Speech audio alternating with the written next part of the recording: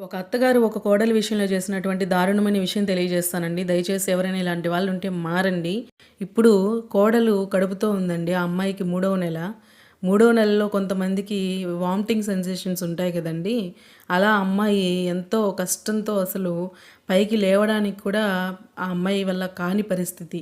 అలాంటి సమయంలో ఆ అమ్మాయి అన్ని వామిటింగ్స్ చేసుకుంటూ ఎన్నో ఇబ్బందులు పడుతుంటే నీ వంశాభివృద్ధి కోసం ఆ అమ్మాయి నీకు వండి పెట్టలేదని ఆ అమ్మాయి మీద ఏడ్చే బ్రతుకు ఏం బ్రతుకండి. ఆ అమ్మాయి మామూలు సమయంలో మీకు వండి పెట్టలేదా? మామూలు సమయంలో మీకు సేవలు చేయలేదా? అలాంటిది కడుపుతో ఉన్నప్పుడు చేయలేకపోతుంది కాబట్టి చేయలేదు. అలాంటి సమయంలో కూడా మీకు వండి పెట్టలేదు, మీకు సేవలు చేయలేదని అంత మాత్రాన వాళ్ళని వేరు కాపురం పెట్టేసి మీరు మాకు అవసరం లేదని కొడుకు కోడల్ని ఇంట్లో నుంచి గెంటేశారు. వాళ్ళు ఇప్పుడు సపరేట్గా ఏదో ఇల్లు తీసుకుని అక్కడ ఉంటున్నారు. ఎంతటి దారుణమైన పరిస్థితి అండి.